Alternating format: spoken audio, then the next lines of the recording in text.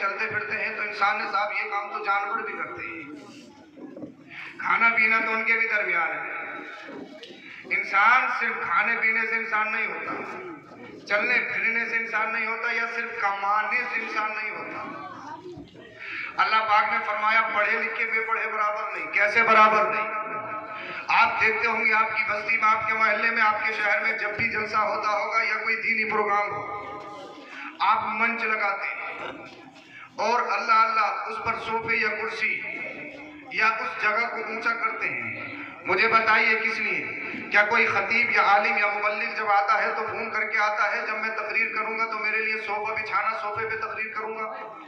کیا کسی عالم نے آپ کو فون کر کے یا کال کر کے کہا کہ صاحب منچ لگانا، اسٹیج سجانا، ڈیکوریشن کرنا، بہترین اہتمام و انصرام ہو، اس کے بعد تبلیغ ہوگی؟ نہیں، کوئی نہیں کہتا۔ پھر بھی آپ عالموں کے لیے اونچی جگہ کا انتظام کرتے ہیں، پھر بھی آپ ان کے لیے صوفے بچھاتے ہیں، پھر بھی آپ ان کو ایک الگ اہمیت دیتے ہیں۔ مطلب کیا ہے؟ قرآن کریم کی دوسری آیت نے فرمایا یرفع اللہ الذین آمنوا منکم والذین اوتوا العلم درجات، اللہ جنہیں علم دیتا ہے ان کے درجے بلند کر دیتا ہے۔ یہ آپ خود نہیں کرتے ہیں، اللہ پاک نے آپ کے دلوں میں علماء کے لیے محبت ڈالی ہے، جس محبت کی وجہ سے آپ یہ روشنی، یہ رونق دیکھ رہے ہیں۔ تو اللہ پاک فرماتا ہے کہ پڑھے لکھے بے پڑھے برابر نہیں، اس لیے کہ علم روشنی ہے، علم طاقت ہے، علم انسان کو انسان بناتا ہے، علم انسان سے، علم شرافت ہے، علم ترقی ہے، علم کے بغیر ترقی نہیں، علم کے بغیر ترقی نہیں۔ آپ پوری دنیا کا سروے کیجئے، آپ پوری دنیا میں گھومیے، جہاں جہاں جس کنٹری کو آپ طاقتور دیکھیں گے، جس کنٹری کو آپ پاورفل دیکھیں گے، تو سب سے پہلے پتہ لگے گا وہ کنٹری یا وہ ملک علم میں بہت مضبوط ہے۔ دوسری چیز وہ بزنس میں بہت مضبوط ہے۔ یہ دو چیزیں انسان کو مضبوط کرتی ہیں، یہ دو چیزیں انسان کو اسٹرانگ کرتی ہیں، مگر سب سے پہلے علم ہے۔ علم کس سے پہلے ہے؟ اب آؤ قرآن کریم کی ایک اور آیت دیکھیے جو نبی کریم صلی اللہ علیہ وسلم پر وحی کے طور پر نازل ہوئی۔ آپ سے گزارش یہ ہے کہ میری تمہیدی جملے 4-5 منٹ سن لیجئے، اس کے بعد اگر آپ کے سمجھ نہیں آئے تو آپ سب جا سکتے ہیں، مگر 4-5 منٹ تک کسی کو نہیں جانے دوں گا۔ صرف 4-5 منٹ میری تمہیدی جملے سنیے۔ اللہ قرآن کریم ارشاد فرماتا ہے جو میرے نبی کریم صلی اللہ علیہ وسلم پر وحی کے طور پر سب سے پہلی آیت نازل ہوئی، اقرا اقرا اقرا، پڑھیے پڑھیے پڑھیے پڑھیے، یعنی نماز کا ذکر نہیں، روزے کا ذکر نہیں، حج کا ذکر نہیں، زکوٰۃ کا ذکر نہیں، کسی فرض کا ذکر نہیں، کیا کہا گیا؟ اقرا، پڑھیے پڑھیے پڑھیے۔ نماز سے پہلے پڑھنا، روزے سے پہلے پڑھنا، ہر چیز سے پہلے پڑھنا، کیوں؟ بتاؤ نماز کس کے لیے پڑھی جاتی ہے؟ عبادت کس کے لیے؟ اللہ کے لیے۔ عبادت کس کے لیے؟ اللہ کے لیے۔ اللہ امام غزالی ارشاد فرماتے ہیں نماز سے پہلے علم ہے۔ یہ سب مدرسے کے ہیں، کس کے ہیں یہ؟ بار بار آپ کو یاد دلوانا پڑتا ہے، یا تو آپ کے زیادہ سمجھ آ رہی ہے یا کچھ نہیں آ رہی ہے۔ آپ چاہیں تو بعد میں بھی دے سکتا، اور چندے کی تو صاحب ایسی بات اگر چاہوں تو 5 منٹ میں تمہیں سے 1 لاکھ روپے کا چندہ کر سکتا ہوں۔ ہاں بولو ذرا سبحان اللہ۔ مگر ذرا پہلے تقریر تمہیں سنا دوں، اس کے بعد میں جو ہوگا ہو جائے گا انشاءاللہ الکریم۔ اللہ امام غزالی ارشاد فرماتے ہیں نماز سے پہلے علم، نماز سے پہلے علم ہے، روزے سے پہلے علم ہے، حج سے پہلے علم ہے، زکوٰۃ سے پہلے علم ہے، اس لیے کہ نماز کس کے لیے پڑھی جاتی ہے؟ عبادت کس کے لیے؟ سجدہ کس کے لیے؟ اللہ کے لیے۔ رکوع کس کے لیے؟ اللہ کے لیے۔ کعبہ شریف کا طواف اللہ کے لیے، صفا مروہ کی سعی اللہ کے لیے، روزہ اللہ کے لیے، زکوٰۃ کی ادائیگی اللہ کے لیے۔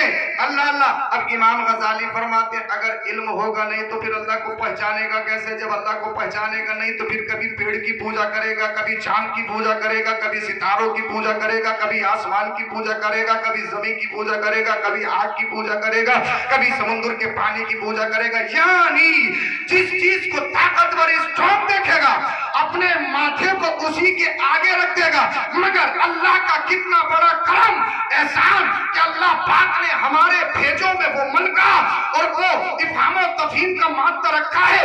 ہم جانتے ہیں آسمان بہت بڑی چیز ہے، زمین بہت بڑی چیز ہے، آگ بہت اسٹرانگ چیز ہے، چاند و سورج بہت بڑی چیز ہے، مگر یہ سب اللہ مخلوق ہے، اللہ کی پیدا کی ہوئی ہے۔ اللہ جب اللہ کی پیدا کی ہوئی ہے، کریٹ کی ہوئی ہے، جب مخلوق ہے تو مخلوق کے لیے سجدہ نہیں ہو سکتا، مخلوق کے لیے عبادت نہیں ہو سکتی۔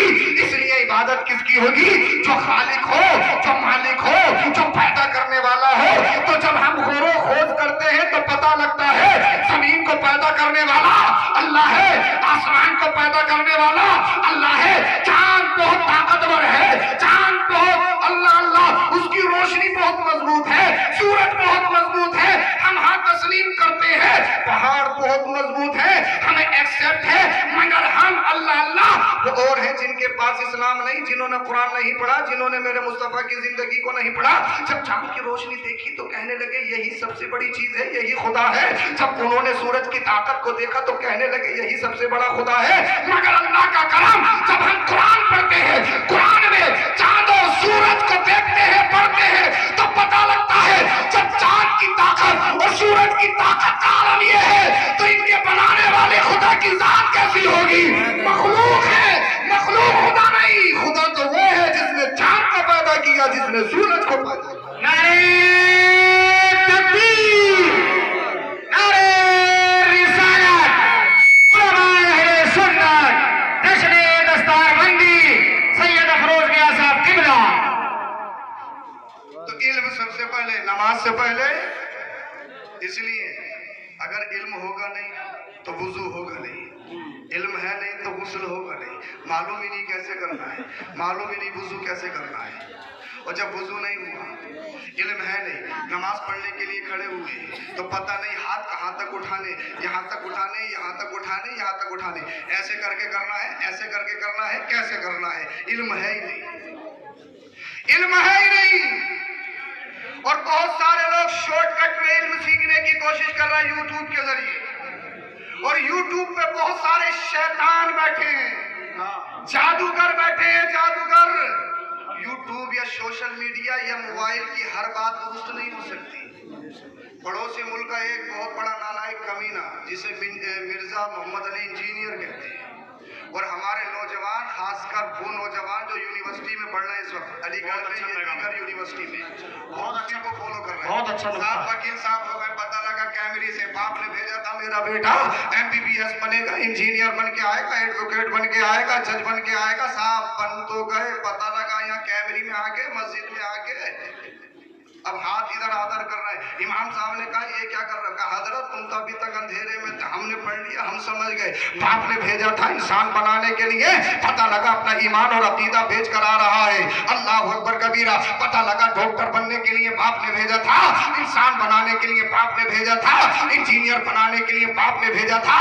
ڈاکٹر تو بن گیا ہے، انجینئر تو بن گیا ہے، مگر ایمان اور عقیدے کا سودا کرایا ہے۔ تو ایک بات تم سے کہنا چاہوں گا، ایسا علم، ایسی ترقی جس میں ایمان اور عقیدے کا سودا ہو، اس سے بہتر ہے کہ جاہل رہ لیتا، کم سے کم اللہ اللہ ایمان اور عقیدہ تو محفوظ رہتا۔ میرے بھائیوں، اسی لیے آپ اپنے بچوں کو جو چاہو بناؤ، جو چاہو بناؤ، جو چاہو بناؤ، مگر سب سے پہلے اس کے ایمان کی حفاظت کی جائے، اس کے عقیدے کی حفاظت کی جائے۔ اس لیے اگر ایمان اور عقیدے کی حفاظت نہیں تو پتہ لگا پن بہت کچھ گیا، مگر ایمان اور عقیدے کا سودا کر آیا ہے۔ اس لیے جب تم نے علم سیکھا نہیں ہے، جب علم سیکھا نہیں تو پتہ نہیں نماز کیسے پڑھنی ہے، نیت کیسے باندھنی ہے، کہاں باندھنی ہے۔ جب آپ کے پاس علم ہے نہیں، اللہ اللہ، تو آپ کھڑے ہو گئے قیام میں، پتہ لگا پوری مسجد کو دیکھ رہے ہیں، آنکھوں کو CCTV کیمرہ بنا لیا، معلوم نہیں کہ رکوع کیسے کرنا ہے، معلوم نہیں کہ سجدہ کیسے کرنا ہے، معلوم نہیں کہ بیٹھنا کیسے ہے، معلوم نہیں کہ واجبات کیا ہے، معلوم نہیں کن چیزوں سے نماز فاسد ہو جاتی ہے، معلوم نہیں کن چیزوں سے نماز ختم ہو جاتی ہے، کن چیزوں میں نماز کا اعادہ ضروری ہے، سیکھا ہی نہیں ہے۔ پتہ لگا 5 ٹائم کی نہیں، تہجد بھی پڑھنا ہے، اشراق بھی پڑھنا ہے، چاشت بھی پڑھنا ہے، مگر حاجی صاحب کی نہ گالی چھوٹ رہی ہے، نمازی صاحب کی نہ جھوٹ چھوٹ رہا ہے۔ پتہ لگا 5 ٹائم کی نماز ہے، مگر کسی گناہ میں کوئی کمی نہیں ہے، حالانکہ قرآن کہتا ہے ان الصلاۃ تنہی عن الفحشاء والمنکر، بے شک نماز بے حیائی اور بری باتوں سے روکتی ہے۔